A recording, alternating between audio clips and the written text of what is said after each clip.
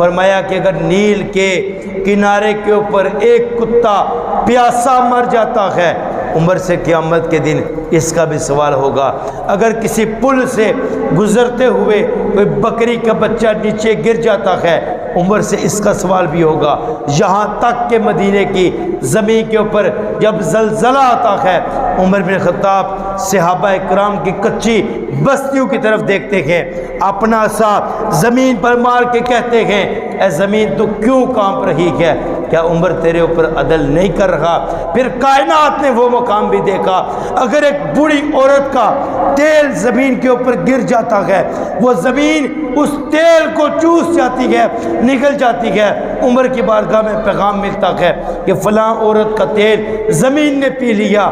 عمر زمین کو مخاطب کر کے کہتے ہیں، اے زمین تیری کب سے جرت ہو گئی ہے دیکھو غریبوں کے تیل کو چوسنا شروع کر دیا ہے۔ سیدنا عمر بن خطاب رضی اللہ تعالیٰ عنہ نے ایک بے مثل و مثال حکومت کی، یہاں تک کہ رات کا وقت آیا، عمر بن خطاب بیس بدل کے مدینے کی گلیوں سے جا رہے تھے، ایک جوان اکیلی لڑکی آ رہی تھی۔ عمر بن خطاب نے اس سے پوچھا کہ اے اکیلی لڑکی تو کہاں جا رہی ہے؟ رات کی تاریکی میں تجھے ڈر نہیں لگتا؟ اس نے کہا مجھے آج لگتا ہے یا تو عمر اس دنیا سے چلا گیا ہے یا یہ سوال کرنے والا کوئی اور نہیں ہے، یہ عمر بن خطاب مجھ سے سوال کر رہا ہے۔ عمر کے ہوتے ہوئے جس کی جرت ہے کہ وہ مجھ سے سوال کرے اور مجھ سے پوچھے کہ تو کہاں پہ جا رہی ہے۔ پھر زمانے نے وہ منظر بھی دیکھا، رات کا وقت ہے، ایک نوجوان ایک گلی، ایک چوراہے، ایک راستے میں کھڑا ہو کر ایک عورت کو پوچھتا ہے تو کہاں کی رہنے والی ہے؟ میں تو اس سے بہت محبت کرتا ہوں۔ وہ عورت کہتی ہے تو زیادہ باتیں بعد میں کرنا، پہلے جا کے 40 دن عمر بن خطاب کے پیچھے نماز جماعت کے ساتھ ادا کر، پھر میرے پاس آ، پھر میں تیرے سوالوں کا جواب دوں گی۔ وہ کہتا ہے یہ کون سی مشکل بات ہے، میں عمر کے پیچھے 40 دن نمازیں پڑھتا ہوں، 40 دن نمازیں صف اول میں حضرت عمر بن خطاب کے پیچھے پڑھ کے جاتا ہے، دل کی دنیا بدل جاتی ہے، نگاہیں جھکی ہیں، لبوں پہ درود و سلام ہے۔ وہ عورت روکتی ہے، رکتا نہیں ہے، دوسرے دن پھر سوال کرتی ہے، وہ سوال کا جواب نہیں دیتا۔ تیسرے دن جب پوچھتی ہے عورت کیا جوان تو مجھ سے بول نہیں رہا، سوال نہیں کر رہا؟ اس نے کہا 40 دن پہلے کی اور بات تھی، لیکن اب میری نگاہوں میں جچتا نہیں کوئی، جیسے ہے میری سرکار ویسا نہیں کوئی۔ یہ سیدنا عمر بن خطاب رضی اللہ تعالی عنہ ہیں، اور ان کا مقام اور مرتبہ دیکھو، اور تاجدار کائنات کی گلیوں سے محبت دیکھو کہ مسجد نبوی کا وہ پرنالہ جس کو اللہ کے رسول صلی اللہ علیہ وآلہ وسلم نے مسجد نبوی کے ساتھ حضرت عباس کے گھر کے اوپر اپنے ہاتھوں کے ساتھ نصب کیا تھا۔ عمر بن خطاب کا دور حکومت آیا، عمر بن خطاب نے دیکھا بارش شدت کی ہو رہی ہے اور آنے جانے والے لوگوں کے کپڑے گیلے ہو رہے ہیں، پانی پڑ رہا ہے۔ حضرت عباس مدینہ کے اندر نہیں ہے، عمر بن خطاب نے حکم دیا اس پرنالے کو اتار دو۔ وہ پرنالہ اتار دیا گیا۔ جب حضرت عباس واپس آئے دیکھا اپنے گھر کا پرنالہ نہیں ہے، پوچھا یہ پرنالہ کس نے اتارا؟ کہا امیر المؤمنین سیدنا عمر بن خطاب رضی اللہ تعالیٰ عنہ نے اس پرنالے کو اتارا۔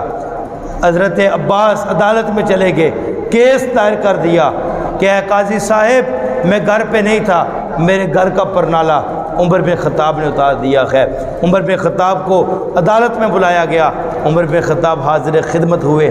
قاضی نے سوال کیا اے عمر تو نے پرنالہ کیوں اتارا؟ امیر المؤمنین 24 لاکھ مربع میل پہ حکومت کرنے والے، دوسری بات نہ کی، کہا یہاں سے گزرنے والے لوگوں کے اوپر پانی پڑتا تھا، میں نے کہا کہ اس کو اتار دوں، صحابہ کرام کے کپڑے گیلے ہو جاتے ہیں۔ حضرت عباس نے فرمایا عمر سے پوچھو، عمر نے مجھ سے اجازت لی تھی؟ کہا نہیں اجازت نہیں لی تھی۔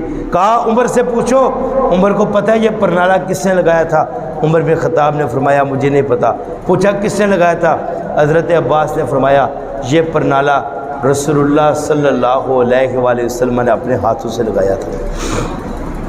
یہ جملہ کہنا تھا کہ عمر بن خطاب کی آنکھوں سے آنسو نکل گئے، عمر بن خطاب رونے لگے، زار و قطار رونے لگے۔ قاضی صاحب نے کہا گواہ پیش کرو۔ حضرت عباس گواہ لے کر آئے کہ تاجدار کائنات نے لگوایا تھا۔ عمر بن خطاب نے فرمایا، قاضی نے حکم دیا، عمر اے امیر المؤمنین جاؤ، جس طرح حضرت عباس کہتے ہیں اس طرح جا کے پرنالہ لگو۔ پھر سارے مدینے نے یہ منظر دیکھا، 24 لاکھ مربع میل پہ حکومت کرنے والے عمر بن خطاب دیوار کو پکڑ کے کھڑے تھے، اور حضرت عباس عمر بن خطاب کے کندھوں کے اوپر گئے اور اپنے ہاتھوں سے پرنالہ لگا رکھے گئے، اور عمر بن خطاب کی آنکھوں سے آنسو جاری کی اور کہہ رکھے کہ اے عباس مجھے معاف فرما دینا، مجھے نہیں پتہ تھا، مجھے نہیں تھا علم کہ یہ پرنالہ تاجدار کائنات صلی اللہ علیہ وآلہ وسلم نے لگایا۔ بڑے دور سے بادشاہوں کے امیر زادوں کے وفد ملنے کے لیے آتے ہیں، پوچھتے ہیں کہاں ہیں امیر المؤمنین؟ کسی نے کہا آؤ دکھاتا ہوں میں امیر المؤمنین کہاں پر ہیں۔ دیکھا کہ ایک شخص اپنی پنڈلی ننگے کیے اور مسجد نبوی کا گارا تیار کر رکھے تھے۔ پوچھا یہ کہاں پہ لے کر آئے ہو؟ یہ تو کوئی مزدور کام کر رہا ہے۔ کہا یہ مزدور نہیں ہے، یہ سیدنا عمر بن خطاب رضی اللہ تعالیٰ عنہ ہیں۔ پھر راتوں کو گشت کرتے کرتے ایک گھر کے باہر سے گزرے جہاں سے بچوں کے رونے کی آواز آ رہی تھی۔ پوچھا یہ بچے کیوں رو رہے تھے؟ آواز آئی یہ عمر کی جان کو رو رہے تھے۔ پوچھا کیوں؟ عمر نے کیا کیا؟ کہا عمر کو پتہ نہیں ہے کہ غریبوں کے بچوں کا کیا بن رہا ہے، یتیموں کے بچوں کا کیا بن رہا ہے۔ کہا بچے بھوک کی شدت سے رو رہے ہیں۔ کہا عمر کو نہیں پتہ؟ کہا عمر کو نہیں پتہ، عمر تو اپنی حکومت میں مست ہے۔ واپس گئے، ساتھ میں غلام کو لیا، وہاں سے بیت المال سے آٹا اپنے کندھے پہ اٹھایا۔ کون اٹھا رکھے گے؟ مراد مصطفیٰ اٹھا رکھے گے۔ کون اٹھا رکھے گے؟ آج کا 2 ٹکے کا وزیر اعظم حکمران نہیں اٹھا رہا، بلکہ عمر بن خطاب 24 لاکھ مربع میل پہ حکومت کرنے والے اپنے کندھے پہ جب آٹا رکھتے ہیں، آٹے کی بوری رکھتے ہیں، اناج کی بوری رکھتے ہیں، غلام کہتا ہے اے عمر بن خطاب مجھے دو، یہ بوجھ میں اٹھا لوں۔ عمر کہتے ہیں کہ قیامت کے دن بھی تو میرا بوجھ اٹھائے گا؟ نہیں اٹھا سکتا۔ لے کر گئے، جا کر آگ جلا رہے تھے۔ روایت میں آتا ہے عمر بن خطاب جب آگ کو پھونک رہے تھے اور عمر بن خطاب کی داڑھی مبارک سے دھواں باہر نکل رہا ہے، کھانا تیار کیا، بچوں کو اپنے کندھوں پہ بٹھایا، بچے کھیل رہے تھے، اور وہ عورت خوش ہو کے کہتی ہے کہ عمر کا خدا بھلا کرے۔ عمر بن خطاب رو کر کہتے ہیں عمر کوئی اور نہیں ہے، یہ جو روٹی بنا رہا تھا، یہ جو آگ جلا رہا تھا، یہ عمر بن خطاب ہے۔ عمر معافی چاہتا ہے، کل قیامت کے دن عمر کی شکایت نہ کر دینا۔ یہ تربیت مصطفیٰ صلی اللہ علیہ وآلہ وسلم ہے۔ بیت المال کی جب چادریں آئی، اللہ کے رسول صلی اللہ علیہ وآلہ وسلم کے پیارے صحابی سب کے حصے میں ایک ایک چادر آئی۔ جمعے کا دن آیا، عمر بن خطاب ممبر پہ کھڑے تھے، 2 چادریں پہن کے کھڑے تھے۔ سوال کرنے والا کھڑا ہو گیا، اے عمر باقی سب کو تو ایک ایک چادریں ملی اور آپ کو 2 چادریں ملی گئے۔ عمر نے کہا اس بات کا جواب میں نہیں دیتا، اس بات کا جواب میرا بیٹا عبداللہ ابن عمر دے گا۔ عبداللہ ابن عمر کھڑے ہو کے کہتے ہیں جو میرے حصے میں چادر آئی تھی وہ چادر میں نے اپنے والد محترم کو دے دی ہے۔ سیدنا عمر بن خطاب رضی اللہ تعالیٰ عنہ کا عدل، عمر بن خطاب کی حکمرانی، عمر بن خطاب کا انصاف آج بھی امریکہ کے اندر آج بھی غیر مسلم لا آف عمر بنا کر اپنی زندگیوں کو گزار رکھے ہیں، عمر بن خطاب کے قانون بنا کر اپنی زندگیوں کو گزار رکھے ہیں۔ افسوس اس بات کا کہ ہم نے تاجدار کائنات صلی اللہ علیہ وآلہ وسلم کے پیارے صحابہ کی زندگیوں کو چھوڑ دیا۔ یہ محرم الحرام کا مہینہ ہے، یہ نواسہ رسول کے شہادت کا مہینہ ہے، یہ آل محمد جن سے محبت کرنے کا ہمیں حکم دیا گیا ہے۔ اور دیکھو عمر کس طرح محبت کرتے ہیں، کس طرح پیار کرتے ہیں۔ بیت المال سے جب مال آتا ہے سیدنا عمر بن خطاب رضی اللہ تعالیٰ عنہ 2 گنا حضرت امام حسن کو دیتے ہیں، امام حسین کو دیتے ہیں۔ ان کے بیٹے کہتے ہیں ابا جان آپ حسن و حسین کو اتنا مال دے رہے ہیں، حالانکہ یہ جنگ میں شامل نہیں ہوئے، ان لوگوں نے تو حصہ ہی نہیں لیا۔